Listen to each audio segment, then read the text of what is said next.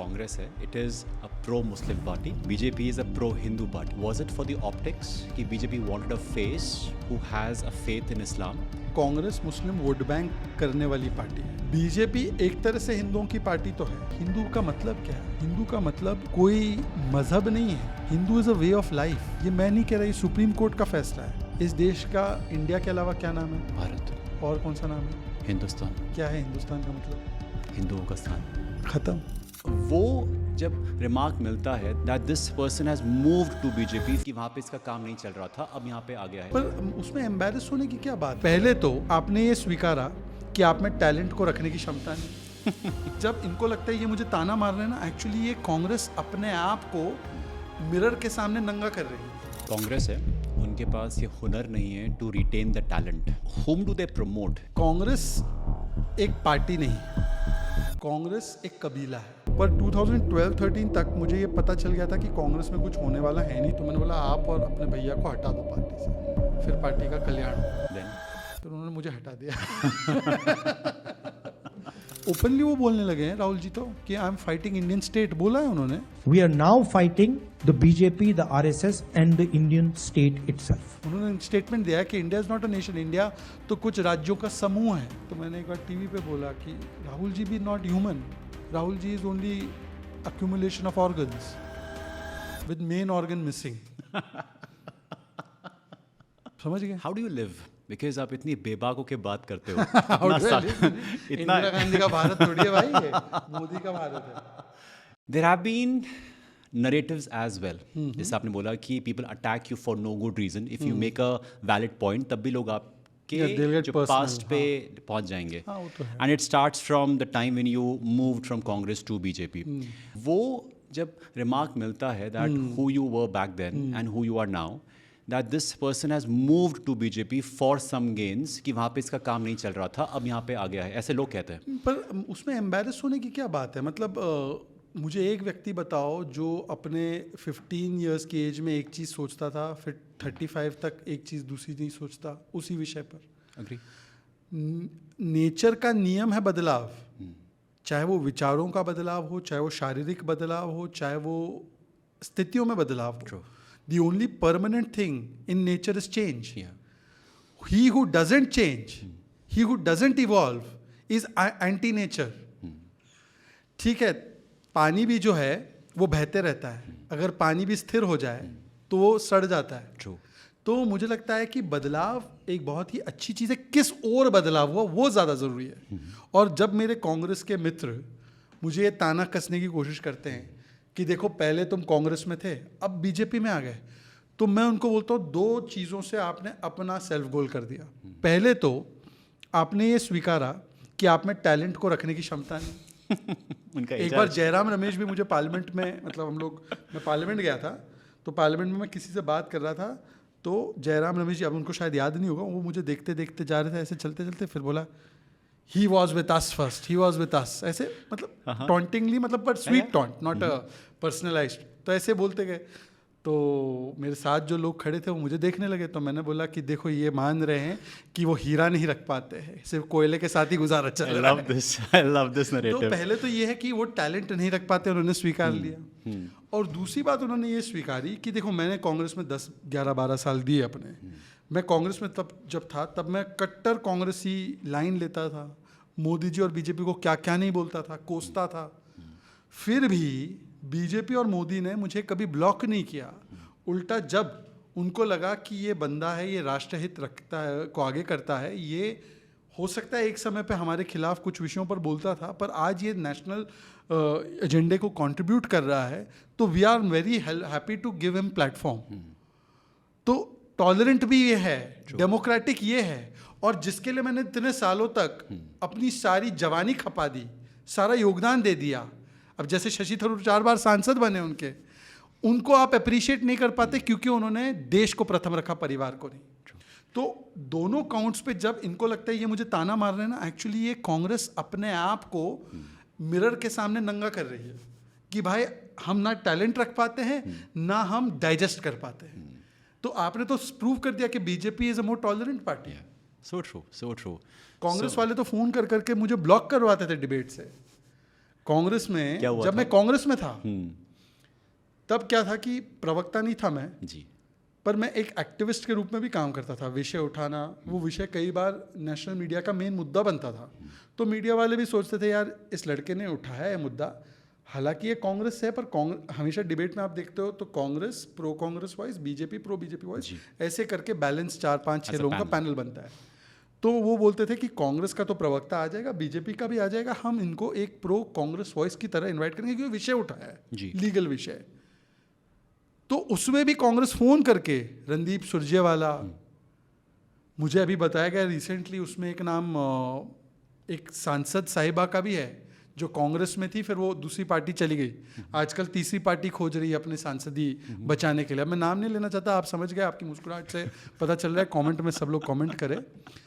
तो वो साहिबा और बाकी लोग भी ये सब मेरे खिलाफ फ़ोन करके मीडिया को धमकाते थे कि तुमने इसको बुलाया तो हम आपके चैनल पे प्रवक्ता नहीं भेजेंगे। तो चैनल वाले कश्मकश में आ जाते थे, भाई यार नेशनल स्पोक्स पर्सन ऑफिशियल तो चाहिए ना, और उस समय कांग्रेस सत्ता में थी। आप सोचिए कि एक मुस्लिम लड़का जो अपनी मेहनत से इशू रेज कर रहा है कांग्रेस के फेवर का, उसको कांग्रेस ही ब्लॉक करवा रही है। क्यों? क्योंकि ये आगे चमक ना जाए।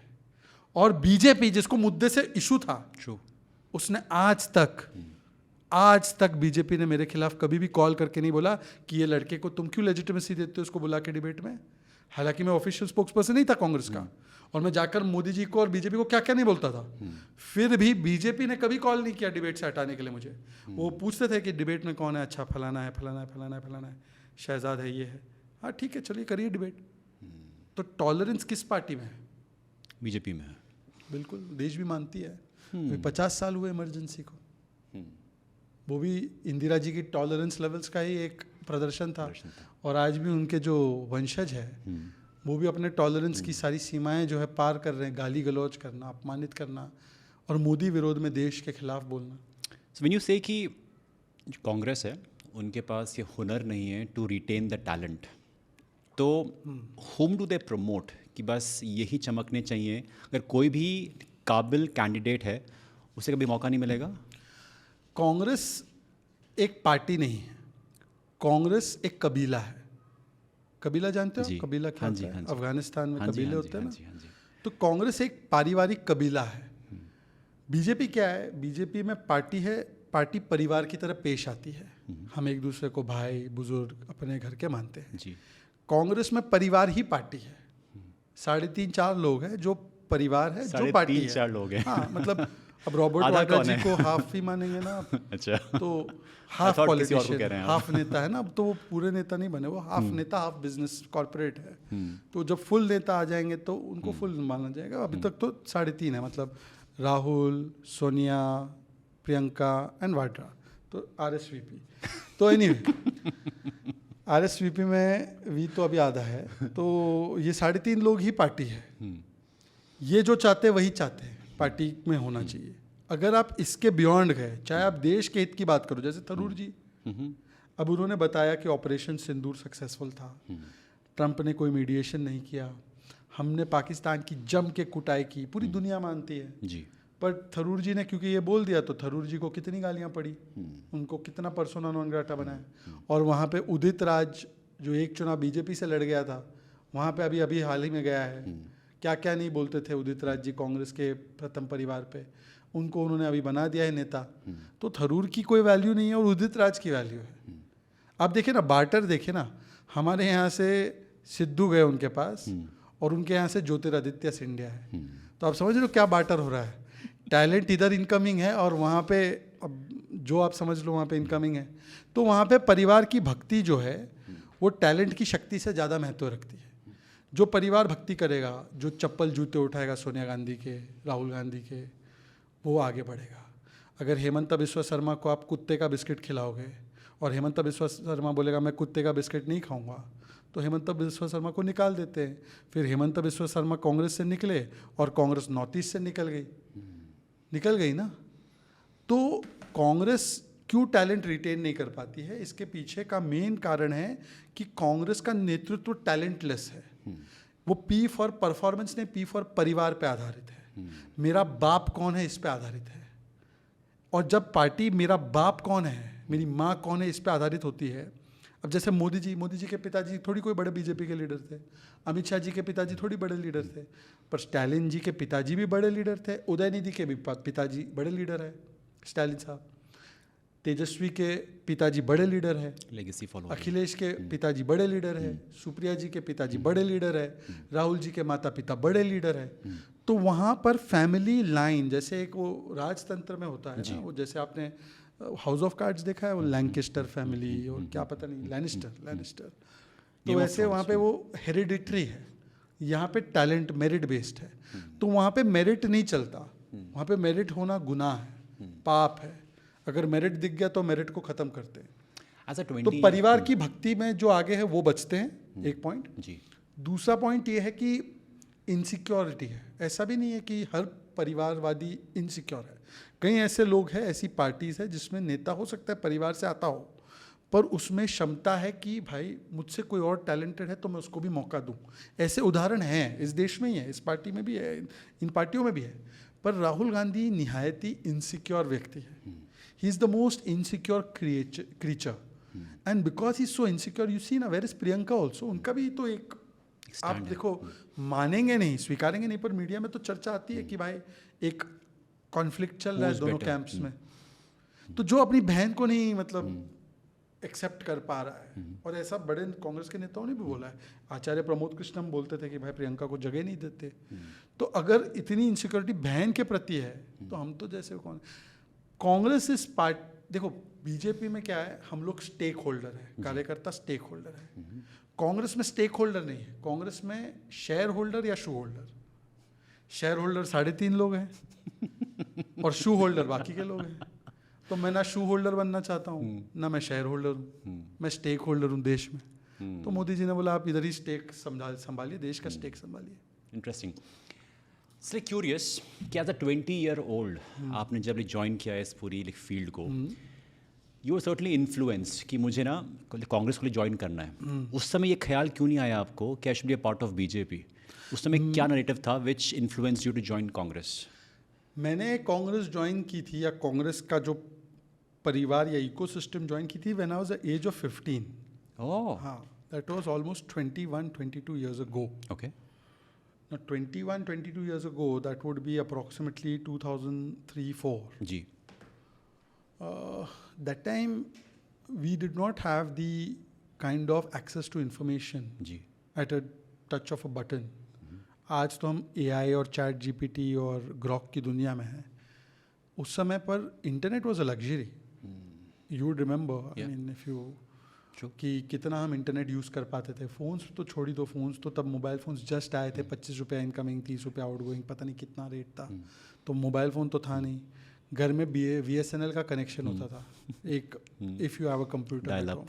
ज़्यादातर लोगों के पास कंप्यूटर भी नहीं था। ज़्यादातर हम लोग साइबर कैफ़े जाते थे, सर्फिंग फॉर 1 hour और हाफ एन आवर। बिल्कुल बिल्कुल बिल्कुल बिल्कुल। 50 people should know, youngsters like, और जेन जी होगा, हम मिलेनियल है, तो जेन जी होगा और जेन अल्फा होगा, दे शुड नो कि ये जो है आज की तारीख में जो इंस्टा पे रील बना के 30 सेकंड में डालते हैं, वो ऐसा था नहीं। हमारे लिए ऑर्कुट बड़ा चीज़ था, याद है ऑर्कुट आया था, एंड ऑर्कुट हम हफ्ते में एक बार देखते थे।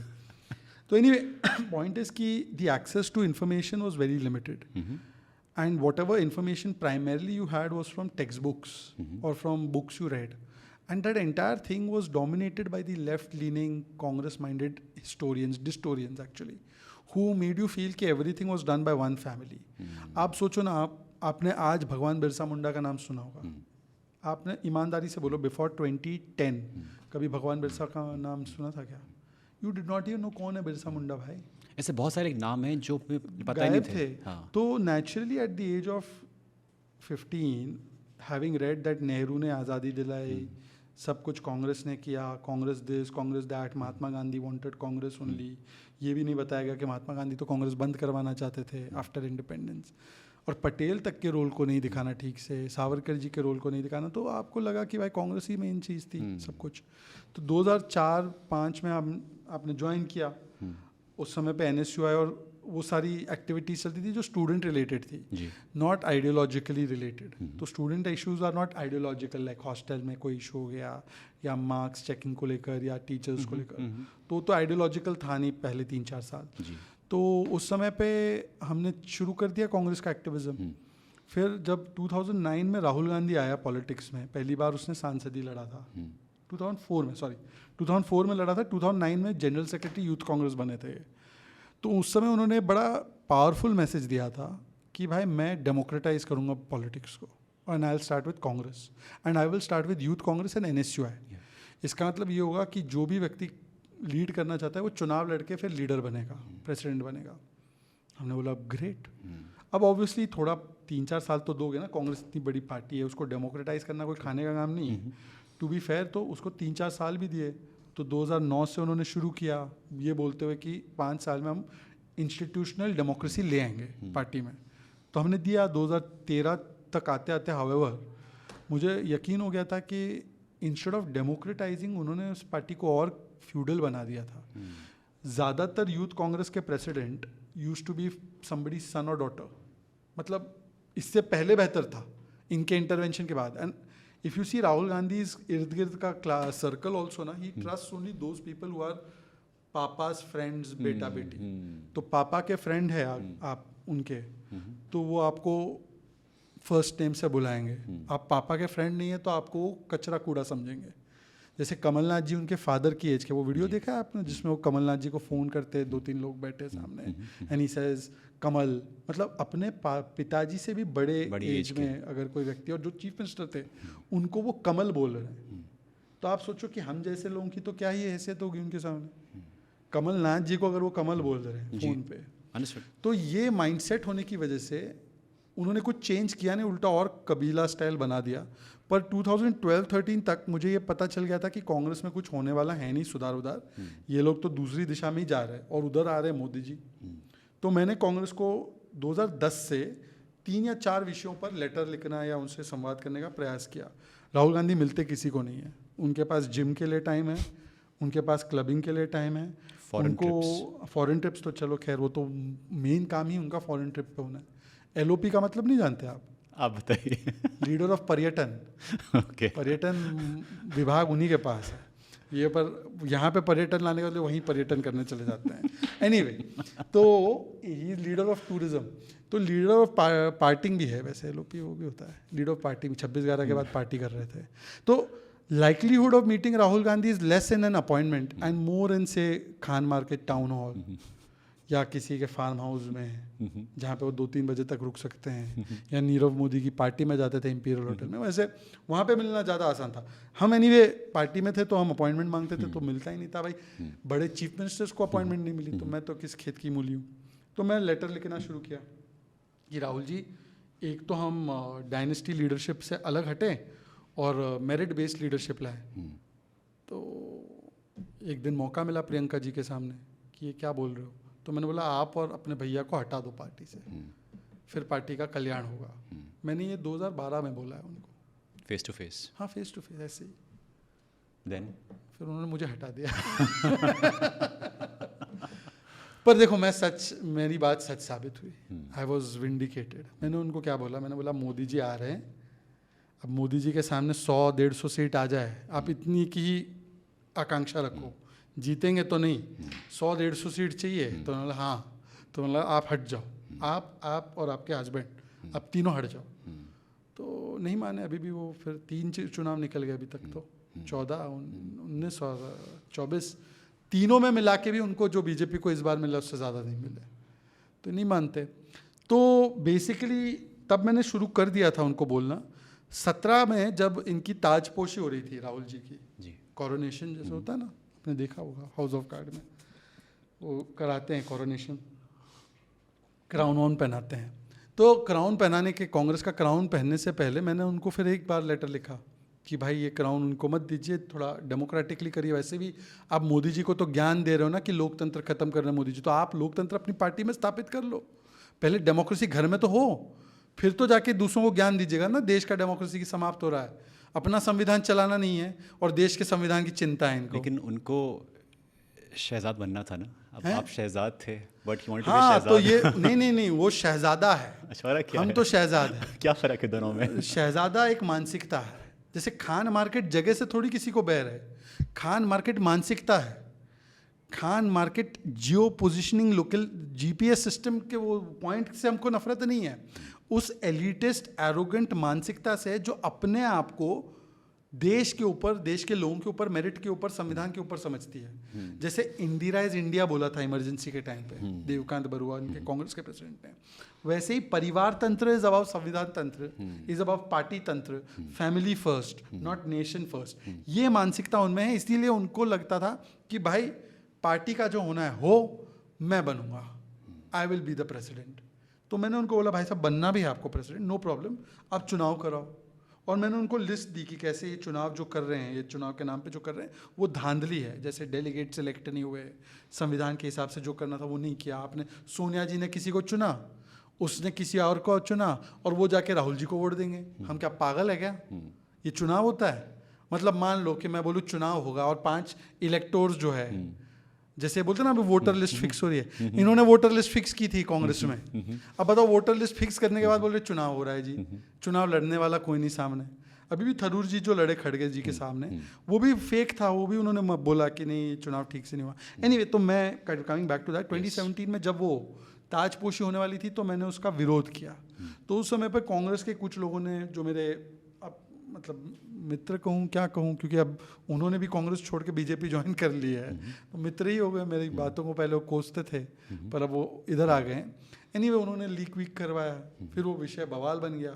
फिर मोदी जी ने गुजरात के चुनाव में बोला था कि, गुजराती में बोला था कि एक यंग शहजाद नाम का लड़का है, उसने शहजादे को चुनौती दी, तो शहजादे ने शहजाद को निकाल दिया।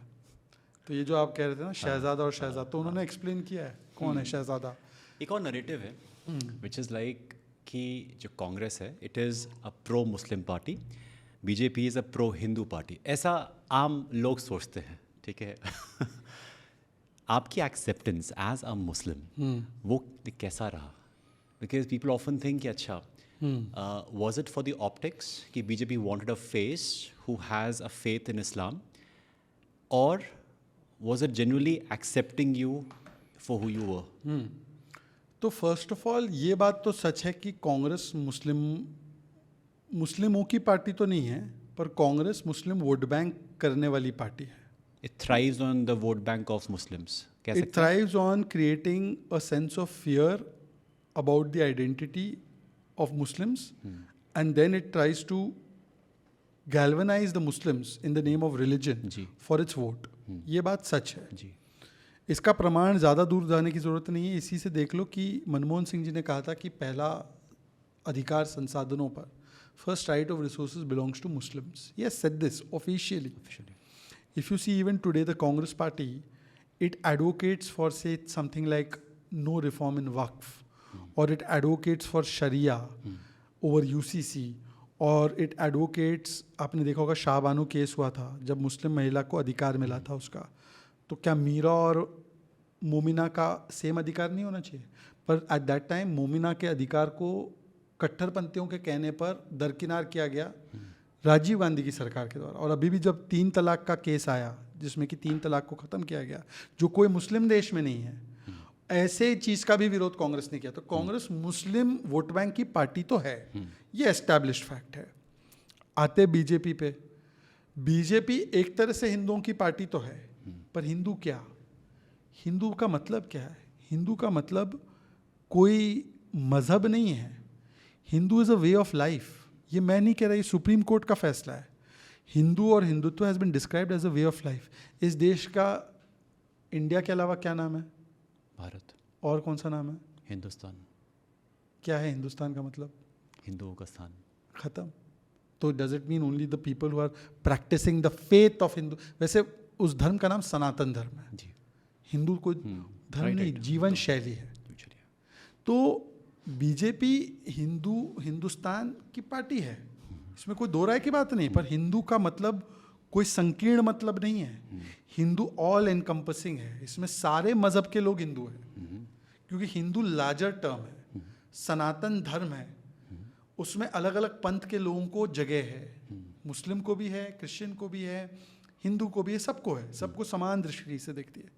बीजेपी अगर आप देखेंगे, मैं आपको अपने बोला ऑप्टिक्स के लिए मुझे लिया, या क्योंकि उनको मुस्लिम फेस चाहिए। वैसे तो BJP doesn't believe in this टोपी पहन पॉलिटिक्स कि मैं, क्योंकि मुझे एक ऑप्टिक्स करना है तो टोपी पहन लेते हैं मोदी जी। मोदी जी ना टोपी पहनते हैं ना टोपी पहनाते हैं। कुछ लोगों ने टोपी पहनी है, कांग्रेस में टोपी पहनते हैं और टोपी मुसलमानों को पहनाते हैं। आप मुझे बताओ, फॉरगेट मी, 2014 में जब भारतीय जनता पार्टी की सरकार बनी मोदी जी की, आपको पता है आईबी डायरेक्टर कौन था? आसिफ इब्राहिम। आप बोलते ना चलो मैं तो टीवी पे जाता हूँ, बात रखता हूँ, तो चलो इनके लिए कन्वीनियंट है कि एक मुसलमान जाके बोल रहा है, ठीक है। ये गवर्नमेंट तो प्रो नेशनल सिक्योरिटी पे एकदम मस्कुलर गवर्नमेंट है ना, उसके लिए मेन पोजीशंस तो यही है ना, NSA, home ministry, internal security, IB. वहाँ पे मुसलमान को क्यों बैठने दिया? एपीजे अब्दुल कलाम साहब को किसने प्रेसिडेंट बनाया? किसने बनाया? एनडीए की सरकार ने, वाजपेयी जी की सरकार। उस्ताद बिस्मिल्लाह खान का नाम सुना है? शहनाई, माएस्त्रो, उनको भारत रत्न कब मिला? एनडीए की सरकार में। जो सबसे बड़े बड़े मुस्लिम कलाकार हैं उनको पद्मा अवार्ड्स, अगर आप पद्मा अवार्ड्स की लिस्ट देखोगे ओवर द लास्ट 11 ईयर्स, उनको अभी मिला है। एक ने तो कर्नाटका में एक व्यक्ति थे, उनका नाम मेरे मन से स्लिप हो रहा है, पर मुस्लिम व्यक्ति, उन्होंने मोदी जी जब मिलते हैं अवार्ड सेरेमनी के बाद, तो उन्होंने मोदी जी को देखकर बोला कि मोदी जी मुझे तो लगा कि कांग्रेस ने तो दिया नहीं, आप क्या दोगे, पर आपने मेरे टैलेंट को रिकॉग्नाइज किया। बीदर से है वो। आप वीर अब्दुल हामिद को जानते हैं? वीर अब्दुल हामिद जिन्होंने देश के लिए इतनी बड़ी कुर्बानी दी पाकिस्तान के युद्ध में, उनके नाम पर आइलैंड का नाम रखने का काम मोदी जी की सरकार में हुआ। मोदी जी ने जब कोई स्कीम लॉन्च की, शौचालय, शिल्पा को मिला, सुल्ताना को नहीं मिला क्या? सबको मिला। अनाज 80 करोड़ लोगों को गया, मोहित को मिला, मोहम्मद को नहीं मिला क्या? 50 करोड़ के खाते खुले, तो अमर का खाता खुला, अकबर का नहीं खुला क्या?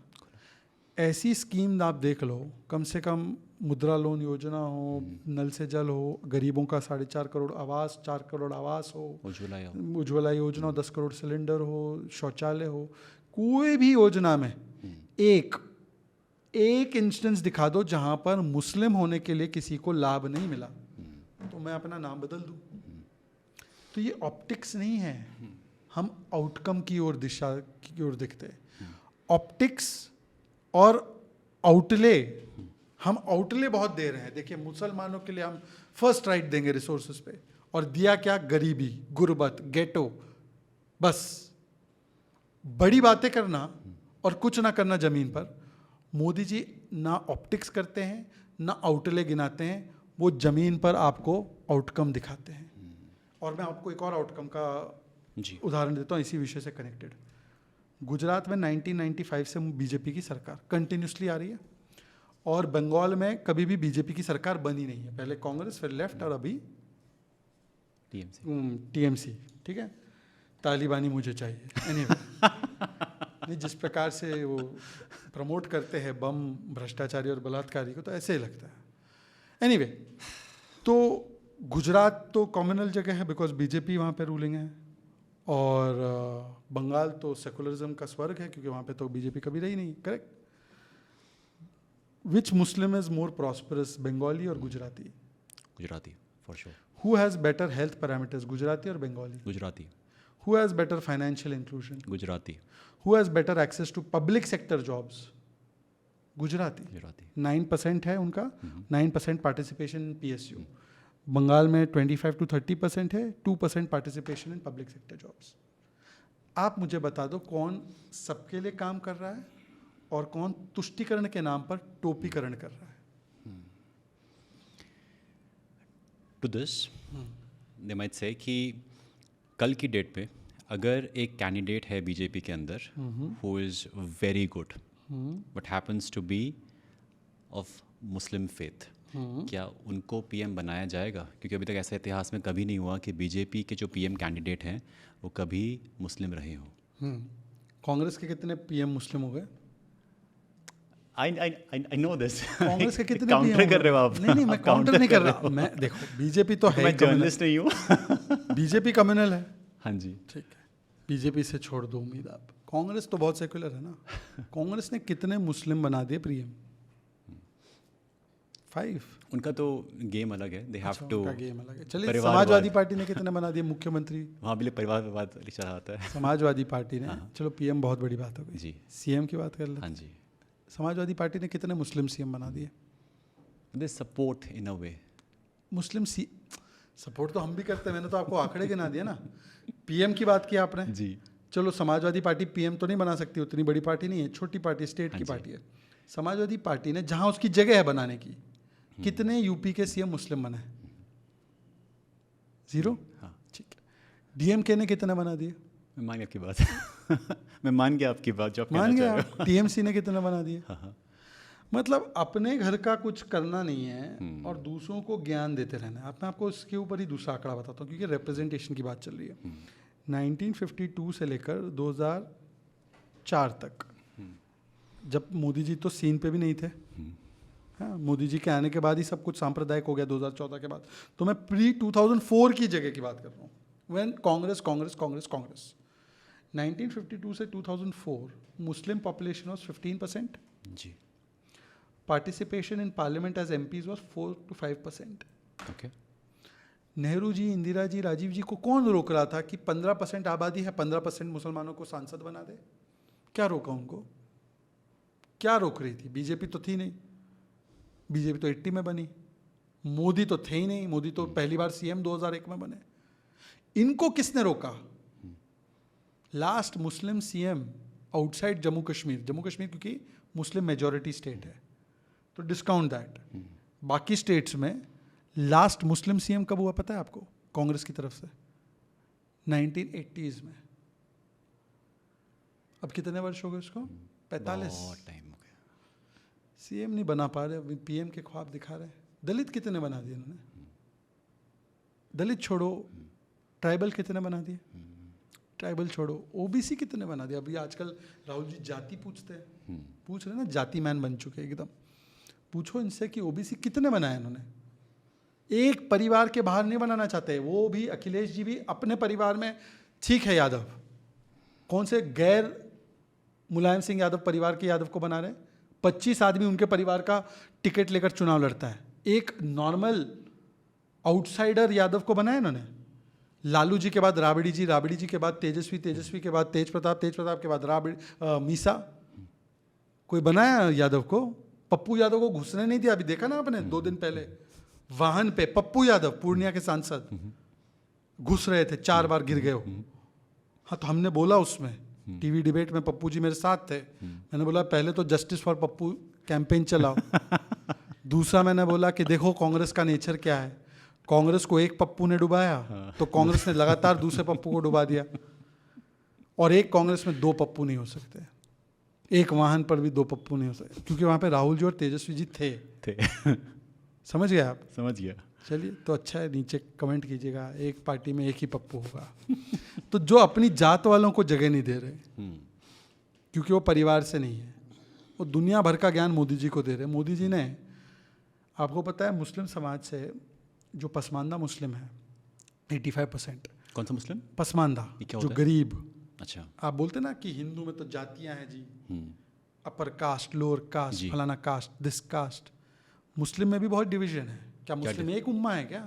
क्या डिवीजन है मुस्लिम में? शिया सुन्नी नहीं लड़ते? हाँ, वो तो पता है। हाँ, तो फिर उसके बाद सैयद बनाम पसमानदा। सैयद वो होते हैं जिनको लगता है कि हम विदेश से आए हैं, अच्छा, हम सीधे प्रॉफिट मोहम्मद सल्लल्लाहु अलैहि वसल्लम के वंशज है। ये बाकी छुटपुट मुसलमान कौन है? जो 90% है, ये 10% है, पर वो अपने आप को एलीट मानते हैं। कास्ट नहीं बोलते उसको, इट्स अ क्लास डिवीजन, जिसमें पसमानदा में होते हैं जैसे अंसारी, घोसी, जमादार, धोबी, ये सारी जो कन्वर्टेड होते हैं। उनमें से, उस 90% में से पहली बार अगर किसी ने नेतृत्व दिया, प्रतिनिधित्व दिया, वो नरेंद्र मोदी जी ने दिया गुलाम अली खटाना साहब को, जम्मू कश्मीर से, बकरवाल समाज से आते हैं। कांग्रेस ने नहीं दिया किसी पसमानदा को, और कांग्रेस हिंदुओं में तो जातियां ढूंढती रहती है, ये जाति वो जाति। बताओ सबसे बड़े दंगे किस में होते थे लखनऊ में? शिया सुन्नी के। तो ये झगड़ा क्यों हो रहा है? वहां पे एक कौम है, वो एक मुस्लिम उम्मा है। उम्मा है तो सऊदी और ईरान का झगड़ा क्यों चलता है? यमन पर बम किसने फोड़ा? अफगानिस्तान में और पाकिस्तान में शिया रह सकते हैं, आगा खानी रह सकते हैं, अहमदिया रह सकते हैं वहां पे, पर एक बात नहीं करते ये लोग मुस्लिम समाज के बीच की। क्यों? क्योंकि वहां पे एक करना है ना, भड़का के वोट बैंक है। डिवाइड नहीं करना। डिवाइड कहाँ करना है? यहाँ पे हिंदू की तरफ। बताओ, डिवाइड एंड रूल वहां पे और यहाँ पे सब एक हो जाओ। आपकी लाइन है यहाँ पे पर हम बोले हैं एक है तो सेफ है, तो हम सांप्रदायिक है। Instagram says your religion is Islam, your culture is Hindu, ideology is Indian. What is the Indian ideology? Indian ideology वही है जो महात्मा गांधी ने बताई थी। राम राज्य की परिकल्पना उन्होंने महात्मा बोलते हैं। क्यों नहीं बोलते? कुछ लोग कहते हैं कि उनको हम लोग महात्मा वो लोग नहीं बोलते जो हर रोज उनके विचारों में 3 गोलियां दागते हैं।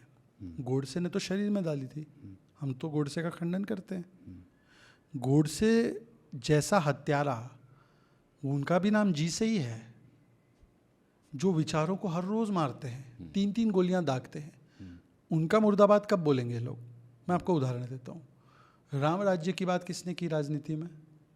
महात्मा गांधी ने। महात्मा गांधी के आखिरी शब्द क्या थे जब गोलियां मारी गई? हे राम। किसने इसके राम जी के अस्तित्व को नकारने का काम किसने किया? जी से ही नाम है उनका, गांधी, सोनिया वाली। एनीवे, गौरक्षा के बारे में भी महात्मा गांधी बोलते थे। गौरक्षा और गौ को गालियां किसने दी?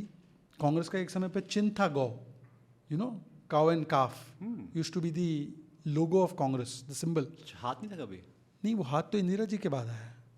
अच्छा। और फिर वो हाथ इंदिरा जी के बाद आया, और फिर आप देखना इंदिरा जी जैसे प्रधानमंत्री बनने लगी और फिर इमरजेंसी आई, हाथ की लकीरें मिट गई। आप अच्छा खेलते हो, होता है, बहुत अच्छा खेलते हो। खेलता नहीं हूँ मैं, जब कांग्रेस में था तो एक दिन मैंने देखा पीछे उनका लोगो लगा था, तो मैंने पूछा अपने एक वरिष्ठ नेता से कि साहब इस हाथ में तो लकीर नहीं है तकदीर की। मतलब तकदीर तय करने वाले एक ही है, तो आम आदमी के हाथों में लकीर नहीं होती। डूडलिंग अलाउड नहीं वहाँ पे। अब लकीर और तकदीर मिटाने का काम ही तो कांग्रेस ने किया है। तो गांधी के विचारों को हर रोज गोली मारने का काम सोनिया गांधी एंड फैमिली करते हैं। गांधी जी का लास्ट विश क्या था? कि कांग्रेस नाम की दुकान बंद कर दो। था कि नहीं था? किया क्या कांग्रेस ने? आई मीन इस नकली गांधी परिवार ने। तो हम तो महात्मा मानते ही हैं, और महात्मा की परिकल्पना से मैं अपने आप को एस्टैब्लिश करता हूँ। महात्मा गांधी के विचारों पे ही तो हम चल रहे। राम राज्य उनकी परिकल्पना है, राम जी को सम्मान देना हम उनकी परिकल्पना है। बट बहुत लोग कहते हैं कि he was always with Congress and for Congress. He was with country. Congress platform थी, कांग्रेस कंट्री नहीं थी। ये एक प्लेटफॉर्म को कंट्री मत समझिए। गांधी जी सबके साथ थे। गांधी जी ने ये रेकमेंड किया था कि नेहरू जी जो है वो सबको अपने कैबिनेट में ले, श्यामा प्रसाद मुखर्जी से लेकर आम्बेडकर जी से लेकर बाकी लोगों को। तो वो तो कांग्रेस से नहीं थे। महात्मा गांधी कांग्रेस में, उनको पटेल जी, महात्मा गांधी जी, इनको आप कांग्रेस में सीमित करके रखेंगे? वो नेशनल मूवमेंट में थे। नेशनल मूवमेंट में हम सभी लोग थे, और उस नेशनल मूवमेंट से सत्ता की मूवमेंट में कांग्रेस आई। नेहरू जी की कांग्रेस बोल सकते हैं आप, जो अब इंदिरा की कांग्रेस बन गई है। गांधी जी कांग्रेस के नहीं थे, गांधी जी देश के थे। इसीलिए हम तो गांधी जी के पद चिन्हों पर चलते हैं, ये गांधी जी के विचारों को रोज मारते हैं। तो गांधी जी की ये विचारधारा, जो आप मुझे पूछ रहे थे मेरे इंस्टा बायो की आइडियोलॉजी के दृष्टिकोण से, तो ये आइडियोलॉजी इंडियन यही है। Being Gandhian, Mahatma Gandhi, not Sonia Gandhian. Being Mahatma, वो तो इटालियन हो जाएगा ना फिर। Being Mahatma Gandhian is being Indian. Shyama Prasad Mukherjee के पद चिन्हों पर चलना, जिन्होंने कहा कि इस देश में एक विधान, एक निशान, एक संविधान ही चलेगा, 2 निशान, 2 प्रधान, 2 संविधान नहीं चलेंगे, that is being Indian. Ambedkar ji जिन्होंने कहा कि जो हमारे दबे कुचले शोषित वंचित समाज का उत्थान होना चाहिए, जो मोदी जी ने 370 को कब्र में गाड़ कर वहाँ पे पहली बार वाल्मीकि समाज को अधिकार मिला और आम्बेडकर जी का संविधान जम्मू कश्मीर में लागू हुआ, दैट इज़ बीइंग इंडियन। तो हम तो ये आम्बेडकर जी, श्यामा प्रसाद मुखर्जी जी, दीनदयाल उपाध्याय जी के इंटेग्रल ह्यूमैनिज्म और महात्मा गांधी जी के विचारों को लेकर चलते, ये हमारी आइडियोलॉजी है। ये स्वयं सेवक है जो देश के लिए, राष्ट्र के लिए लगे रहते हैं। पर एक है जो केवल परिवार के सेवक बनना चाहते हैं, वो थोड़ी आइडियोलॉजी इंडियन है। अभी कुछ लोग को तो ओपनली वो बोलने लगे हैं, राहुल जी, तो कि I am fighting Indian state, बोला है उन्होंने। उनका बयान है कि मेरी लड़ाई सिर्फ बीजेपी आरएसएस से नहीं, मेरी लड़ाई इंडियन स्टेट के खिलाफ है। उन्होंने बोला है India is not a nation. उन्होंने स्टेटमेंट दिया है कि India is not a nation, India तो कुछ राज्यों का समूह है। कुछ लोग फिर बोलने लगे, तो मैंने एक बार टीवी पे बोला कि राहुल जी भी not human, Rahul ji is only accumulation of organs with main organ missing। ऐसा बोलना पड़ता है। अगर आप देश के टुकड़ों की बात करेंगे तो फिर हम भी तो आपके विचारों के टुकड़े टुकड़े कर देंगे, विचारों के। हम वो तो नहीं है जो 1984 करते हैं और फिर जस्टिफाई करते हैं कि बड़ा पेड़ गिरा तो धरती हिलती है, ये तो उनकी डीएनए में है। हम वो तो नहीं है जो 10 लाख लोगों का जबरन से जो है स्टरलाइजेशन करा देते, जिसमें ज़्यादातर मुसलमान थे, इमरजेंसी में कराया। अभी भी वो सही मानते हैं उसको। कितने सारे अब्दुल और शमशाद, पता नहीं कितने कितने लोग तुर्कमान गेट से उनके जबरन नज़बंदी करा के उनकी पुश्तें बर्बाद कर दी कांग्रेस ने। कांग्रेस उसको सही मानती है। संजय गांधी जी का पेट प्रोजेक्ट था वो। राहुल गांधी उन्हीं के नक्शे कदम पे चलते हैं। संजय गांधी की तरह अथॉरिटेरियन, संजय गांधी की तरह मैं सबसे बड़ा तोप, संजय गांधी की तरह टोटलिटेरियन, ये उनके अंदर गुण हैं। संजय जी के सारे गुण हैं। राजीव जी का एरोगेंस और संजय जी का इनटॉलरेंस, दोनों हैं। दोनों पिताजी और चाचा जी है तो आएंगी ना गुण उनके। इंदिरा जी का भी है, सब है उनके अंदर गुण सब है। परिवार के सारे गुण संपन्न है वो, सर्वगुण संपन्न। बिल्कुल। अब वो देश उसको गुण नहीं मारता है, वो एक अलग विषय है। देश उसको अवगुण मानता है। आपने ना एक पॉडकास्ट पे कहा था कि फ्री स्पीच सिलेक्टिव हो गया है। तो आज की डेट में किसी को कुछ सच बोलना है तो वो सोचता है बहुत कि मैं बोलूँ या ना बोलूँ, अगर बोलूँगा तो पकड़ा जाऊँगा या फिर will be behind the bars. इसमें 2 एलिमेंट्स हैं।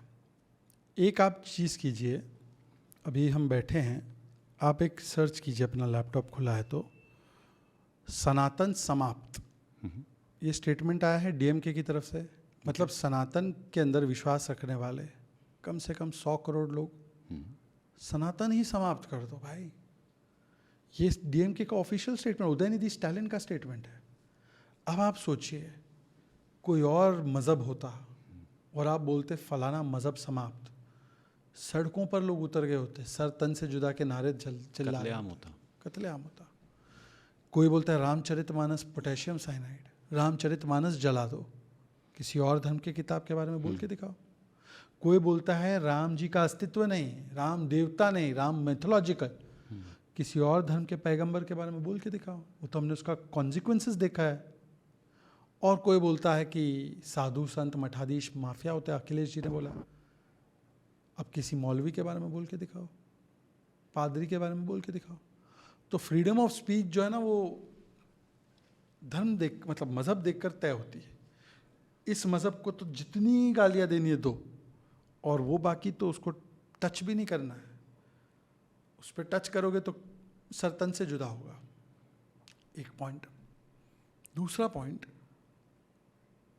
आप मोदी जी का एक तस्वीर अभी ऑपरेशन सिंदूर में कांग्रेस ने बनाया है, जिसमें कि सिर गायब था, सब गायब हो गया, आईसिस स्टाइल एकदम, मानो कि आईसिस के आईटी विंग नहीं, वहाँ पे जो होंगे उनके आईटी के हेड, यहाँ पे तो शायद सुप्रिया जी दिखती है, तो वहाँ पे जो भी होंगी, जो सुल्ताना है, जो भी होंगी आईटी ऑफ आईसिस, उन्होंने बनाया। वैसे ऐसे लग रहा था, ऐसे लगा मुझे कि ये आईसिस के तो हेडक्वार्टर से नहीं आया, इनको डायरेक्टली पोस्ट कर दिया इन्होंने।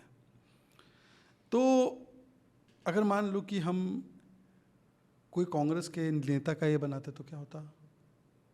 कर्नाटका की पुलिस वाइल्ड लाइफ और उसको इकोसिस्टम को डैमेज किया, तो उस पर बोलने के लिए पत्रकारों को अरेस्ट किया।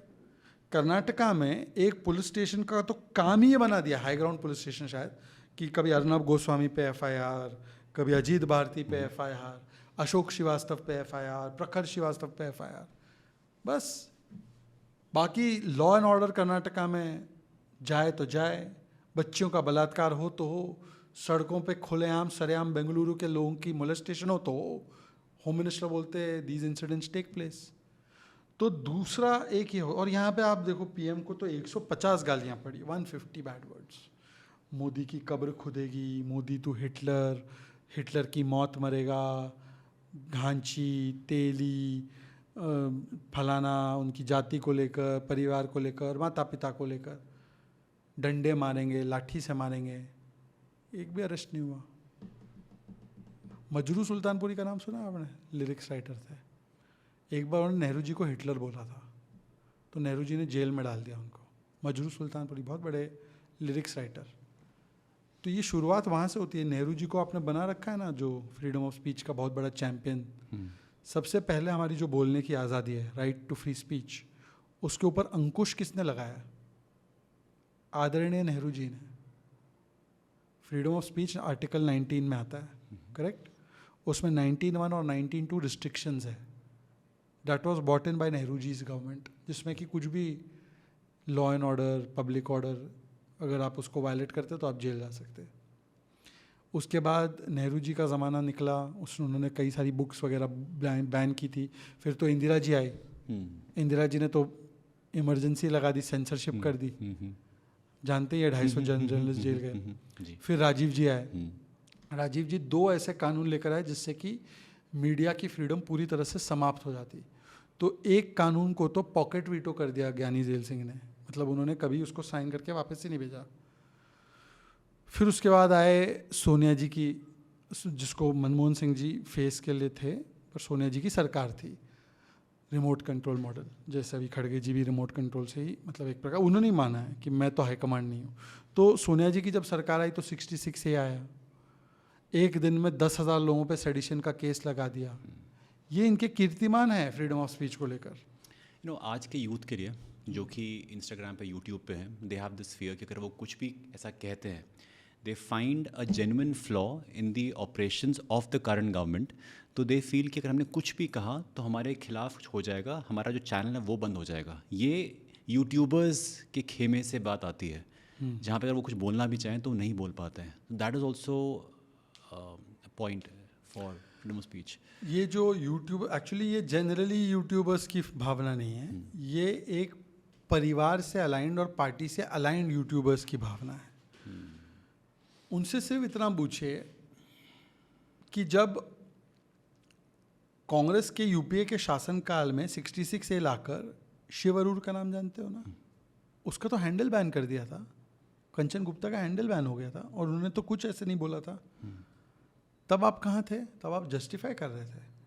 आज की तारीख में सोशल मीडिया पे कोई अंकुश नहीं है, पर सोशल मीडिया को केवल इतना बोला गया है कि सोशल मीडिया एक इंटरमीडियरी है, एक प्लेटफॉर्म है। A platform can not decide कि मैं ये कंटेंट आगे बढ़ाऊंगा और वो कंटेंट नहीं बढ़ाऊंगा। अगर वो ऐसा करता है, that means it is becoming a player, it is becoming a unfair platform for one over the other. Then you are not a platform, then you are a editor. अगर आप एडिटर है तो जो एडिटर के rules regulations है इस देश में, लाइसेंस लेना पड़ता है, अकाउंटेबिलिटी होती है, वो आपको फॉलो करना पड़ेगा। आपको इम्यूनिटी नहीं मिलती कि भाई उसने आके पोस्ट कर दिया, मैं तो प्लेटफॉर्म हूँ, मुझे क्या पता।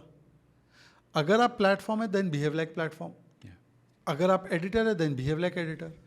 एडिटर बनोगे तो पावर भी मिलेगा, रिस्पॉन्सिबिलिटी भी बेयर करनी पड़ेगी। प्लेटफॉर्म हो तो प्लेटफॉर्म की तरह बिहेव करना पड़ेगा। और अगर आप पावर विदाउट रिस्पॉन्सिबिलिटी चाहते हो, और यूएस में तो मैं यूएस का कानून मानूं, यूके में यूके का कानून मानूं, यूरोप में यूरोप का कानून मानूं, भारत में मैं कानून नहीं मानूं because I have condescension for the brown man, black man, तो ये तो नहीं चलेगा। Social media company is not above the संविधान ऑफ दिस कंट्री। काम करना है तो संविधान के तहत काम करना पड़ेगा। तो किसी का कंटेंट अगर वायलेटिव ऑफ लॉ है तो वो लॉ उसका कार्रवाई कर रहा है। कोर्ट्स आर फ्री, आप कोर्ट से रिलीफ ले आओ। कोर्ट्स आर फ्री ना, ऐसा तो नहीं। इंदिरा जी ने तो जुडिशियल रिव्यू और राइट निकाल दिया था, मीसा कानून था उनके नाम का, मीसा था। Misa maintenance of internal security, जिसमें कि आप अपील भी नहीं कर सकते थे कि मुझे जेल में क्यों डाला है। लालू जी जेल गए थे, उन्होंने वहाँ पे मीसा जी का नाम मीसा रखा, वहाँ से मीसा जी का नाम पड़ा है। लालू जी पर भूल गए, इसलिए अब वो इमरजेंसी, जहाँ पे जिन्होंने अपनी बेटी का नाम मीसा फोर्स किया रखने के लिए, उन्हीं के साथ मिलकर अब संविधान बचा रहे हैं लोग। अच्छा जोक मारते हैं, संविधान बचा रहे उन लोगों से, उनसे बचाओ पहले जिन्होंने संविधान को सबसे बड़ा खतरा पैदा किया था। जब आप मीडिया इकोसिस्टम या फिर लिबरल सर्कल्स को एक चैलेंज करते हैं तो मैक्सिमम बैकलैश कहाँ से मिलता है आपको? लिबरल से ही मिलता है। क्या कहते हैं आपको? हमारे देश में लिबरल नहीं है, उनको फिबरल बोलता हूँ मैं, फेक लिबरल से। ये कैसे लिबरल है? लिबरल प्रोग्रेसिव, ये तो एक्सपैंडिंग ऑफ विमेंस राइट्स के लिए होना चाहिए ना। यहाँ पे हम बोलते हैं कि 3 तलाक से आज़ादी मिलनी चाहिए महिलाओं को, तो बोलते no no no no no no no, वो 1700 साल पहले वाली जो बात है वो रहनी चाहिए। ये कैसे लिबरल है? ये लिबरल है। हम बोलते हैं किताब को प्रायोरिटाइज करो क्लासरूम में, बाहर आपको जो पहनना है पहनो, हिजाब पहनना है पहनो, कुछ और पहनना है पहनो, आपकी मर्जी। क्लासरूम में तो यूनिफॉर्म ही चलेगा ना। क्लासरूम में किताब इज़ इम्पोर्टेंट, बोलते no no no no no, हिजाब। मतलब कि अपनी बेटी और अपने लिए, और खुद ऐसे कुछ एक्टिविस्ट भी है जो विदेश जाके जो भी कपड़े पहनते हैं, मुझे उससे कोई फ़र्क नहीं पड़ता, that is their choice. Woman has full autonomy और why you are not giving the autonomy to the girl to decide what she wants to wear in classroom? Why you are forcing? They no, it's choice. We are giving choice. कैसे भाई? 5, 7, 10 साल की बच्ची का choice होता है हिजाब पहन के जाए क्लासरूम में, पर उनके माँ बाप उसको पूछ रहे हैं क्या कि बेटा आप हिजाब पहनोगे क्लास में? तो अगर ऐसा चॉइस है तो दो मदरसे में भी चॉइस कि आपको हिजाब पहनना है या आपको स्कर्ट पहनना है, दोगे। और ये अपने आप को लिबरल बोल रहे, कहाँ के लिबरल है ये लिबरल है। यूसीसी की वो खिलाफत करने वाले लिबरल, पर्सनल लॉ को यूसीसी पे, uniform civil code which ensures that Shilpa और Sultana on divorce have the same rights, maintenance, alimony, proper way of dignified judicial separation. We are advocating for that, we are regressive, and they are saying that 3 तलाक is okay. Muslim women should have no right vis-a-vis the Muslim man. Muslim man can say दाल में नमक कम था, तलाक तलाक तलाक। ये progressive है हमारे देश के, और हम रिग्रेसिव है। शाहबानू के कानून का विरोध करने वाले प्रोग्रेसिव है और हम रिग्रेसिव है। ये लिबरल है, हमको सर्टिफिकेट देंगे। मतलब कुछ है, they are not liberals, they are Islamist masquerading as liberals. और ये आप पूरी दुनिया में देखो, लेफ्टिस्ट कभी लिबरल नहीं होता। कोई लेफ्टिस्ट दिखा आपको? चाइना में लेफ्टिस्ट लिबरल है क्या? यहाँ पे लेफ्टिस्ट लिबरल है। कोई लेफ्टिस्ट इस्लामिस्ट नहीं होता। चाइना में तो मस्जिद को तोप लगा लगा के उड़ा रहे, मोहम्मद नाम नहीं रखने देते। यहाँ पे लेफ्टिस्ट इस्लामिस्ट बने घूम रहा है। अजब है महागठबंधन इनका, so called liberal, so called leftist and so called Islamist, all of them are together. ये है, मोदी जी है तो मुमकिन है कि भाई left liberal and Islamist have come together in coalition which nowhere है। क्योंकि आप देखो कोई भी इस्लामिक कंट्री में कम्युनिस्ट नहीं नजर आएगा। कम्युनिज्म को हेट करते हैं इस्लामिस्ट, दे हेट इट, उसको हमेशा सप्रेस करते हैं। India is the only country जहाँ पे कम्युनिस्ट और इस्लामिस्ट मिलके दोनों वो कर रहे हैं, क्या बोलते हैं, प्रोलिटेरिएट से बुर्जुआ को लड़ रहे हैं। आई एम क्यूरियस कि ऐसा क्यों है कि इस्लामिस्ट कंट्री में जो कम्युनिज्म है उसको सपोर्ट नहीं किया जाता? क्योंकि Islamists know what communists are about and communists know what Islamists are about. They both know each other well. I mean, क्या मेन पॉइंट है? कम्युनिज्म कहता है रिलीजन हफीम है। भारत का कम्युनिस्ट छोड़ दो, भारत का कम्युनिस्ट बोलता है सड़कों पे नमाज पढ़ो। तो भारत और वक्फ का कानून होना चाहिए, मतलब वक्फ होना चाहिए, अनलिमिटेड पास। तो Indian leftist is not a left, Indian communist is confused communist, वो तो बेजिंग भक्त है बस। Anyway, so communism says that religion is the opium of the masses. Communism says that there should be equal division of the resources and it should go to the state. The state control should be there. Islamists say that first of all everything should be ordained on the, not on the constitution but on the Sharia, which is a religious doctrine. तो वहीं पे main difference है. And Islamism will not advocate for equal distribution of resources. That's not the concept of Islamism. Islamism is very clear कि if you are a Muslim you go to जन्नत, if you are a काफिर you don't go to जन्नत. इसमें कोई equality लग रही है आपको? समाजवाद लग रहा है ये, जब उनका कॉन्सेप्ट ही समाजवाद के खिलाफ है. दोनों एंटीथेटिकल है, दोनों मतलब चौक इन चीज़ है. इंडिया में क्योंकि neither the Islamist is a real Islamist, neither the communist is a near communist, they are together only because of opportunism की वजह से. ये है इंडिया अलायंस. वैसे इंडिया अलायंस कितना गजब का है देखो. एक तो इनके यहाँ है केरल में मुस्लिम लीग, एक है उनके पास महाराष्ट्र में उद्धव सेना, और एक है उनके पास बंगाल में फुरफुरा शरीफ. आपने देखा है उद्धव सेना बोलती है हमसे ज़्यादा हिंदुत्ववादी कोई नहीं है. नहीं वैसे सावरकर जी राम मंदिर सब छोड़ दिया. फुरफुरा शरीफ बोलता है मुझसे ज़्यादा बड़ा इस्लामिक लीडर कोई नहीं. और मुस्लिम लीग बोलता हमने तो भारत का बंटवारा किया है, हम मुस्लिम नेशन चाह रहे थे, अब हम मुस्लिम लीग. वही मुस्लिम लीग है. It's not different from the Jinnah Muslim league, it is a branch of that only. हालांकि Rahul Gandhi considers him secular. ये है और ये मिलके सेकुलर है. और जो बीजेपी बोलती है कि अंबेडकर जी के संविधान का यूसीसी लागू होना चाहिए, हम कम्युनल हैं. ओवैसी बोलता मैं सेक्युलर हूँ. नाम क्या है पार्टी का? AIMIM, ऑल इंडिया इत्तेहादुल मजलिस इत्तेहादुल मुस्लिमीन. हमारी पार्टी का नाम क्या है? भारतीय जनता पार्टी. अच्छा, how is Owaisi as a leader? मेरी क्या व्याख्या से आपको करना है? आप जनता की व्याख्या सुनिए ना. नहीं, ये सेज आपके कि जरिए. मैं बताता हूँ ना. ओवैसी की party actually is older than BJP. It's there from 50s. कुछ लोग बोलते हैं कि रजाकार वाली पार्टी उनकी पार्टी है, विच इज़ ट्रू ऑल्सो. 50 साल में जो पार्टी कहती है हम मुसलमानों के बहुत बड़े हमनवा है, मुसलमान तो 15% है इस देश में, तो उनकी 2 सीट से आगे बढ़ नहीं पाई. अभी तो एक ही सीट है हैदराबाद की. चुनाव तो सब जगह लड़ते हैं. तो देश की जनता ही बता रही कि ओवैसी क्या है, मुझे बताने की आवश्यकता नहीं. हाँ, पर आप बोलेंगे कि फिर ओवैसी को आपने प्रेज किया अभी ऑपरेशन सिंदूर में. नेक्स्ट सवाल वही होगा. नहीं आप नहीं होता है तो मैं तो हमेशा बोलता हूँ कि भाई बंद घड़ी भी 2 बार सही समय दिखाती है. हाँ, कांग्रेस के केस में जो उनकी बंद घड़ी है वो तो कभी भी सही समय पे नहीं रहती है. उसका समय ही समाप्त हो चुका है. अभी ना we had a podcast with Abhijit Iyer Batra ji, and he said कि दिवस विडम्बना इस बात की है कि जो विपक्ष है वो सही सवाल नहीं पूछता है. Do you agree with it? विपक्ष की ये सिम्टम है. अभिजीत ने जो बोला है this is not the problem. ये सिम्टम है. सिम्टम है कि आप अपीजमेंट पॉलिटिक्स करते हो. सिम्टम है कि आप परिवार को बढ़ाते हो. सिम्टम है कि आप सही सवाल नहीं पूछते हो, या सेना, सनातन, संस्कृति, संविधान, सरकार, इसको विदेशी मंच पे जाकर अपमानित करते हो. ये सब सिम्टम्स है. रियल प्रॉब्लम क्या है? Don't miss the disease for the symptom. Cold, cough, body ache is symptom of covid. Real cause of covid is the covid virus, जिसको चाइना वायरस ट्रम्प जी कहते हैं. वो बात नहीं मानेंगे. Wuhan virus. तो असली वुहान वायरस क्या है इस पूरी जड़ की? नॉट, ये तो सिम्टम है. जो सवाल पूछता है इस प्रकार के वो वायरस है. समझ गए? How do you live? Because आप इतनी बेबाक होकर बात करते हो. इंदिरा गांधी का भारत थोड़ी है भाई, ये मोदी का भारत है. इतना सार्काज्म के साथ you just strip of every person. आपको लिए ट्रोलिंग होती होगी?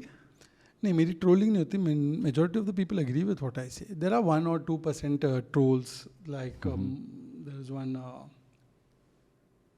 फैक्ट चेकर के नाम पे दुकान चलाता है कोई. पता नहीं वो क्या है, मैं उसका नाम भूल रहा हूँ. Anyway, what ever he is, fact checker, उसको लोग LKFC भी बोलते हैं. अब जानते हैं LKFC क्या है? नहीं, आप ही बताइए. आपके पास अच्छे सोशल मीडिया वाले तो अपना LKFC का फुल फॉर्म डाले. मैं उनको लुटियंस का फैक्ट चेकर बोलता हूँ. अब कुछ लोग जो अति प्रतिभाशाली और उनकी जो तेजस्वी लोग हैं वो LKFC का कुछ और मतलब निकालते हैं. मैं तो ऐसी चीज़ों को समर्थन नहीं देता. आप कमेंट कर दीजिए आपको जो LKFC का. तो ऐसा एक LKFC है, वो एक और उसकी 1-2 जो लोगों की गैंग है, उसके अलावा मुझे कोई ट्रोल नहीं करता. मुझे 99.99% लोग सपोर्ट करते हैं क्योंकि मैं सच बोलता हूँ। एक मीम आया था जहाँ पे देयर समवन सेइंग कि आपकी मम्मी का बर्थडे इस दिन सुप्रिया नहीं होता शिंदे है। ने बोला वो, सुप्रिया जी बोलते हैं वो खंडन आपकी मम्मी का बर्थडे कब होता है? मेरी मम्मी का बर्थडे होता है 15 अगस्त को, which is the independence day of my great country. So But वो बोथ खंडन माई करती मदर्स हैं। Are born on the same day. But वो लोग खंडन बॉर्न तो करती नहीं, हैं। वैसे India is been around for 5000 years. हाँ, तो But वो खंडन खंडन इसलिए करती है, कर वो दिया मानती उन्होंने। नहीं है। एक्चुअली सुप्रिया जी का 2 मोड है, 2 मोड्स। जैसे होता है ना कोई भी मशीन में ऑन एंड ऑफ मोड होता है, या ऐसे कुछ आप देखे होंगे मशीन्स में होता है। सुप्रिया जी का 2 मोड है, साइकोफेंसी एंड खंडन।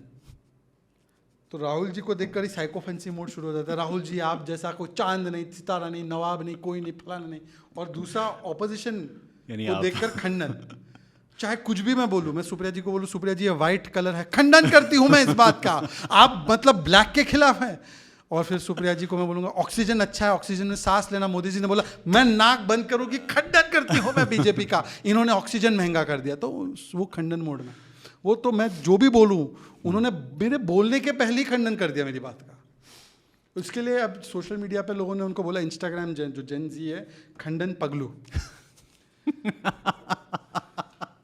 तो Supriya is in delulu and there is no solulu, she is a खंडन पगलू।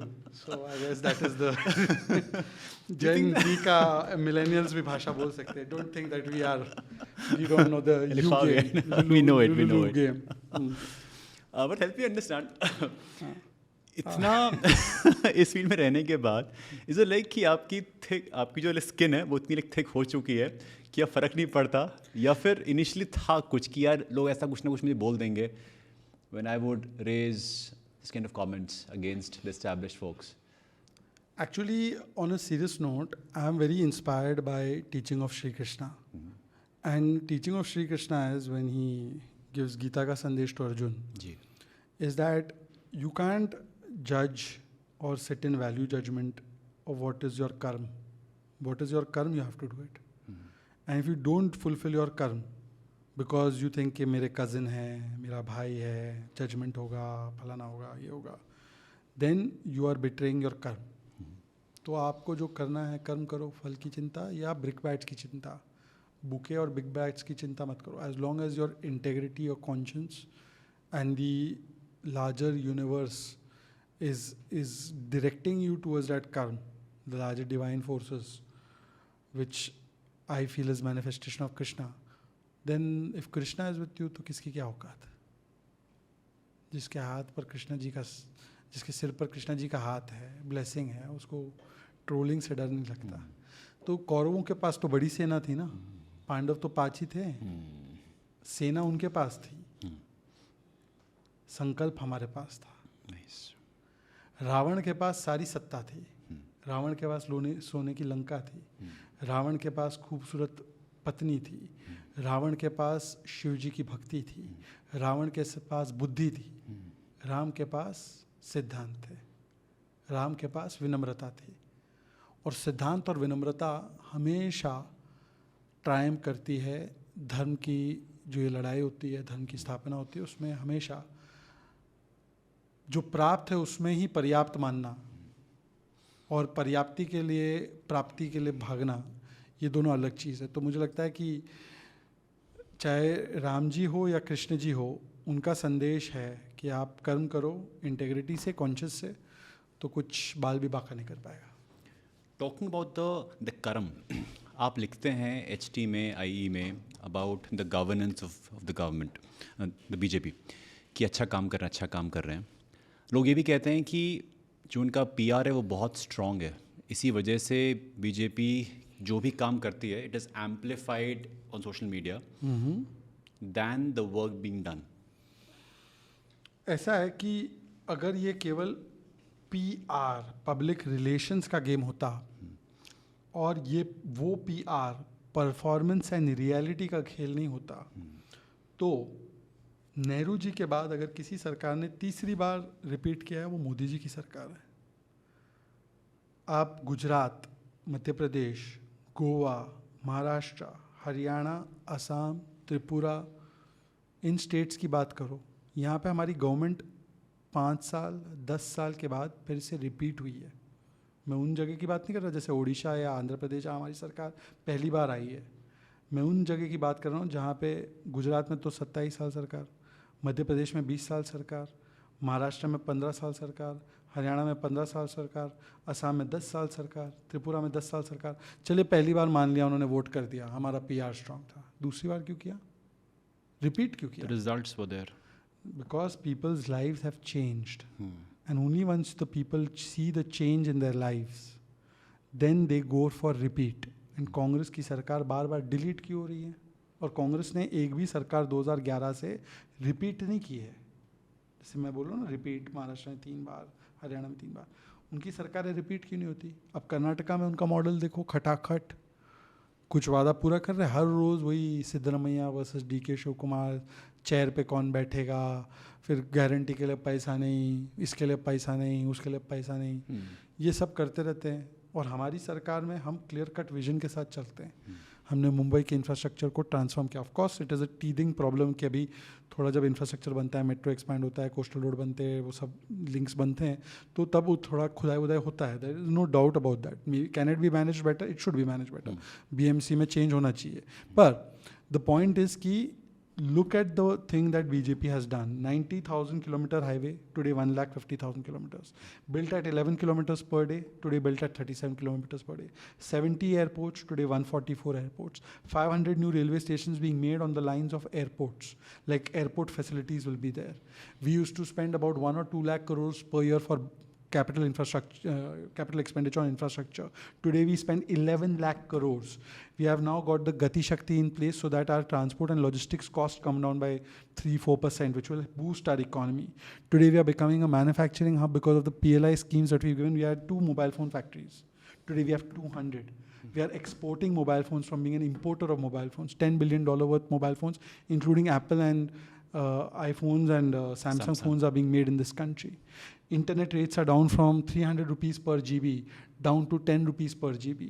Today we've given 50 crore people Ayushman Bharat health cover. There's a 5 lakh cover for people to get cashless tertiary care in any hospitals that are empaneled.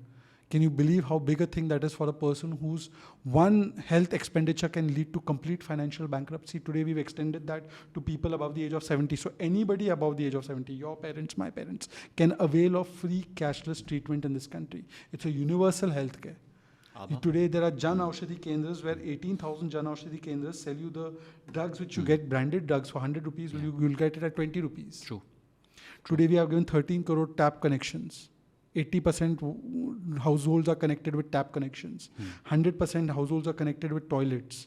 Today we built 4 crore poor people's houses, 50 crore bank accounts, 50 crore Mudra loan yojanas, which has spurred up employment. 400 startups today, 1.5 lakh startups. Is the country not moving?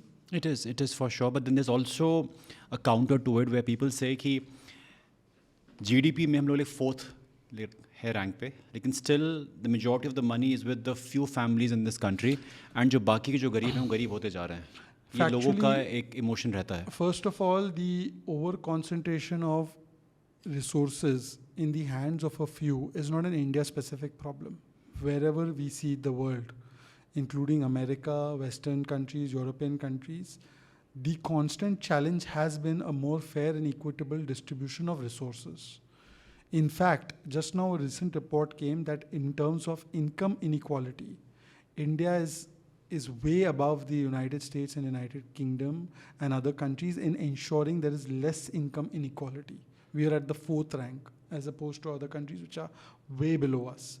The Gini coefficient, if you're somebody who studied business and administration and economics, Gini coefficient is the measure of income inequality. The closer it is to 0, it is lesser inequality, and the closer it is to 1 is more inequality. Okay. Our Gini coefficient over the last 10 years has come down, which indicates that there is a more equitable distribution of resources. And when there was a situation where we had crores of people under poverty line. Today 25 crore Indians have been pulled out of poverty. And not just pulled out of poverty, we are giving them a life of dignity, a toilet in their house, free education, free health care, a gas connection, aspirational quotient to live in, increasing their per capita income, doubling it, roads, rural roads, railways in which they mostly travel, having better connection and better stations and better train quality, Vande Bharat trains. This is improving, not just putting some rights on a paper like Congress did, but actually changing the way even a poor person lives in this country. जी. So I think that, yes, is there a long way to go? Nobody denies that. Have we come a long way from the last 10 years? Yes, we have. From Garibi Hatao being a slogan to being a reality, that journey has been taken. लोग ये भी कहते हैं कि about the PR part, the branding part, हर जगह जो banners होते हैं वहाँ पे मोदी जी का फेस होता है. So what is the need of branding so much if the work speaks for itself? अगर काम बोलता है तो क्या ज़रूरत है इतना नाम प्रचार करने की? Or is it to reinforce the face? Why is Congress embarrassed of Rahul Gandhi? They should put up his pictures everywhere too. We are more than happy to have his pictures put up everywhere. They should put up their leaders' picture. But लोग कहते हैं कि ये tax payers का money है, वो Now, misuse हो रहा है. let me come to that. That's another element of this discussion. Ji. There are 400 plus schemes, toilets, buildings, roads, stadiums, airports, named after the Gandhi family. Right? Can you name me 10 installations of the government of India named after Narendra Modi? One being the stadium. No, I knew you'd say the stadium. I said government of India, not of BCCI or Gujarat Cricket Association. By the way, that stadium is in which complex? Sardar Patel complex. Anyways, that's not the point. The point is that can you give me 10 institutions named after Narendra Modi? Not so far. I'll give you but what he has named. PM Awas Yojana. So tomorrow if ABC becomes PM, it will still be PM Awas Yojana. They used to name it as Indira Awas Yojana. They built Nehru Memorial. We built Pradhan Mantri Sangrahalaya, which means all PMs, including Congress PMs, were also celebrated in the museum. This is the difference between the approach. Pradhan Mantri Modi puts the institution of Pradhan Mantri ahead. They put the institution of Parivar ahead. एक परिवार को आगे बढ़ाता है और उसी की छपास में लगाते हैं. ये तो 1947 से अपने गुणगान करते हैं. इंडिपेंडेंस तो हमने दिलवाया, बाकी का कोई रोल नहीं था क्या? पटेल जी का सबसे बड़ा मूर्ति 182 मीटर्स किसने लगाया? किसने लगाया? नेता किस पार्टी के थे पटेल जी? कांग्रेस के ना. मूर्ति किसने लगाई? मोदी जी ने. पटेल जी का जन्मदिन कौन से दिन पे है? I'm sorry to say. You don't know? नहीं पता. 31st October, which was celebrated as Run for Unity. You know why it was never celebrated during Congress tenure? Because unfortunately Indira ji was assassinated on that day. So they would always celebrate Indira, they would always commemorate Indira ji's death. Ironically, They never celebrated Patel ji's birth. Children's Day is known to us since childhood. कि इस Now we दिन are exactly. चाचा नेहरू जी का birthday होता वो है. 14th नवंबर को celebrate करते हैं. हमने उसको चेंज करके वीर बाल दिवस, which is now celebrated or commemorated, I would say, not celebrated, after the martyrdom of the Sahabzadas of Guru Tegh Bahadur ji, who gave up his life and his family for the protection and integrity of this country against the Mughal invaders. If not Modi ji, then who? लोग के मन में ये सवाल रहता है कि उनके पास ऑप्शन ही नहीं है कि वो किसी और को वोट करें. एंड अगर आज मोदी जी नहीं होते हैं तो फिर कौन होगा next candidate? That's the first one. And second one is जो अपोजिशन है वो कहती है कि मोदी हटाओ मोदी हटाओ. उनके अंदर इतना कॉन्फिडेंस आता कहाँ से है? आपने जो सवाल पूछा कि if not Modi is who, जी, इसको कई राजनीतिक विश्लेषक बोलते हैं TINA factor. There is no alternative. इसको इस प्रकार से समअप करते. मैंने उनको बोला फैक्टर तो है पर उसका नाम टीना नहीं है, उसका नाम नीता है. Narendra is the alternative. Narendra is the only alternative. TINA की वजह से हम नहीं जीत रहे, हम नीता की वजह से जीत रहे. अब यही काट के कांग्रेस वाले बताते कि नीता अंबानी बोल रहे हैं. कुछ भी कर सकते हैं. तो let me make it Sita. स्वयं सेवक मोदी इज द ऑल्टरनेटिव। अब सीता तो उनको शायद दिक्कत नहीं होगी। मोदी नीता और सीता के शक्ति से जीते, मगर Modi is the solution. Modi is not the option. Modi is the antidote to this virus. Modi is the solution to the problem. He is not option. ऐसा नहीं है देश के पास ऑप्शन नहीं है इसलिए मोदी को चुना। देश ने सॉल्यूशन को चुना। ऑप्शन तो बहुत सारे हैं। ऑप्शन बनने में किसको रोका है? आपके पास संसाधन है, लेगेसी है, सब कुछ तो है। मोदी के घर में कितने प्रधानमंत्री हुए? आपके तो घर में प्रधानमंत्री। तो आपको किसने रोका? मोदी हटाओ कहने का कॉन्फिडेंस कहाँ से आता है यार? अब मोदी को हटाने का कॉन्फिडेंस अगर राहुल गांधी में है तो देखिए, मैं तो सिर्फ इतना कह सकता हूँ कि एक अभी भगवंत मान है, अभी उन्होंने वो कई देशों के नाम को भी तोड़ मरोड़ा। तो कुछ लोग स्टैंड अप कॉमेडी से चीफ मिनिस्टर बनते हैं और कुछ लोग लीडर ऑफ ऑपोजिशन बनने के बाद स्टैंड अप कॉमेडी करते हैं। तो ठीक है, दोनों एक ही पार्टी के, मतलब उनके विचारधारा में काफ़ी सिमिलरिटीज़ है। छोटे मियाँ बड़े मियाँ मैं बोलता हूँ उनको। तो एक में कॉमेडियन बिकम्स चीफ मिनिस्टर और एक में चीफ लीडर बिकम्स कॉमेडियन। तो उसमें थोड़ी समस्या थोड़ी है। डेमोक्रेसी है, everyone has a right to crack a joke.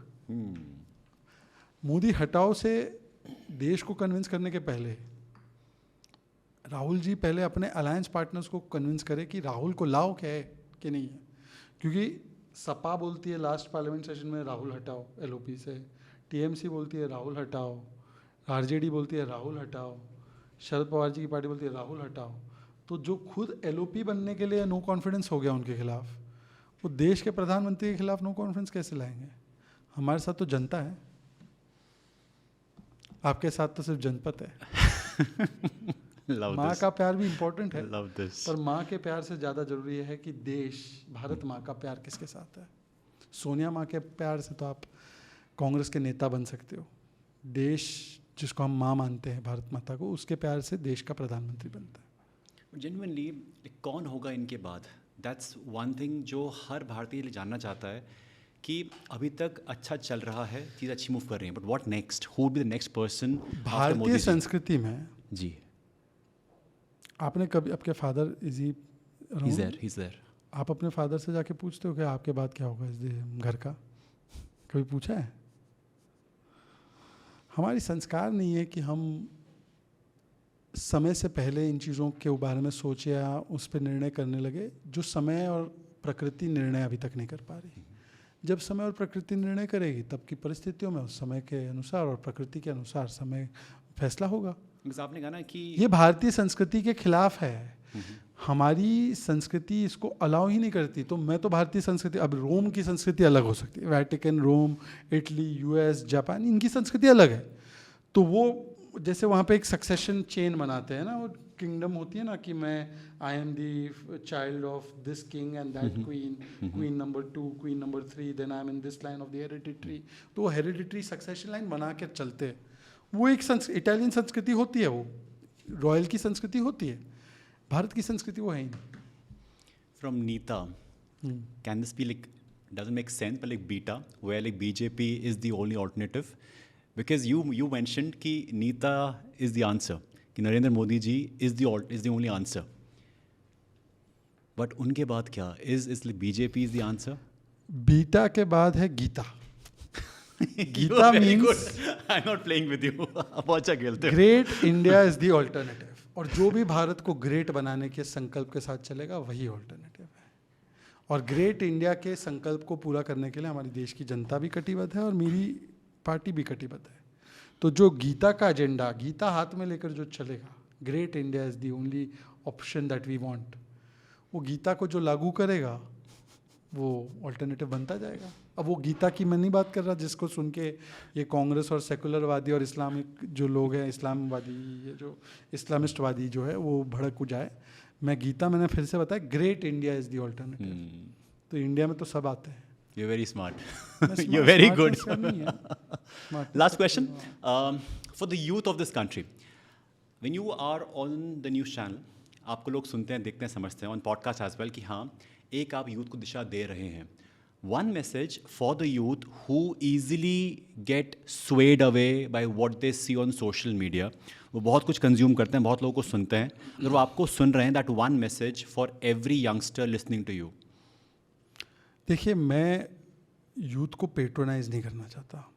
ऐसा नहीं है कि मैं कुछ मैसेज दूं और वो मेरे मैसेज पे चले.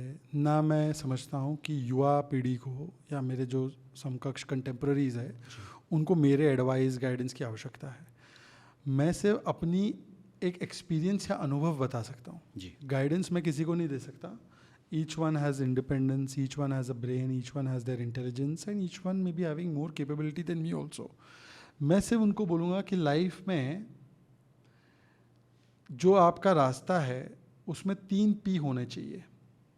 P for patience, pathway of life, P of life must have P for patience, P for persistence and P for performance. जब तक आप किसी भी स्ट्रीम में रहो, जो भी आप रास्ता चुनो, क्रिकेट खेलो, स्पोर्ट करो, साइंटिस्ट बनो, डॉक्टर बनो, मीडिया में जाओ, पॉलिटिक्स में आओ, P फॉर पेशेंस चाहिए. P फॉर परसिस्टेंस भी चाहिए, क्योंकि कोई चीज़ जो अच्छी है वो ओवरनाइट नहीं आती. उसके लिए परिश्रम, P फॉर परसिस्टेंस, परिश्रम करना पड़ता है. और P फॉर परफॉर्मेंस से ही आप जो है चमकते हैं. P फॉर अगर परफॉर्म नहीं कर पाए तो P से परिवार के तो बहुत सारे लोग हैं हमारे देश में, परफॉर्म नहीं कर पाते, तो वो अपना पाथ नहीं खोज पा रहे. अभी 56 साल के हो गए, 56 years also they have not found there path, क्योंकि P फॉर परफॉर्मेंस नहीं है, P फॉर पेशेंस भी नहीं है, P फॉर परसिस्टेंस भी नहीं है, सिर्फ P फॉर परिवार है. मेरा परिवार ये है. तो अब 56, अब 4 साल बाद 60 हो जाएंगे, वो फिर भी युवा नेता कहलाएंगे. अब उनको कोई गाइडेंस नहीं दे पा रहा है, मैं देश के युवा को गाइडेंस दूं. देश के युवा बहुत स्मार्ट है, बहुत समझदार है, इसीलिए वो 3 बार उन्होंने स्मार्टनेस दिखाई है 14, 19, 24 में. मुझे लगता है कि अभी भी आगे 40-50 साल तक ये स्मार्टनेस दिखाती रहेगी. हाँ, एक चीज़ मैं अच्छा कहूँगा राहुल जी के बारे में. पूरा पॉडकास्ट निकल गया, एक भी अच्छा नहीं बोलूँगा तो लोगों को लगेगा. I think Rahul Gandhi is the best leader of opposition we had. And you would love to have him again and again and again. And therefore I pray to Almighty God, to Jesus Christ, to Allah, to Ram, to Krishna, that इनको अगले 50 वर्षों तक LOP बनाए रखे. मेरी शुभकामनाएं वो LOP बने रहें, देश के लिए बढ़िया काम करते रहे, संवैधानिक पद पे आसीन रहे. और LOP मतलब लोग को बोलना चाहिए कि भाई LOP हो राहुल जैसा.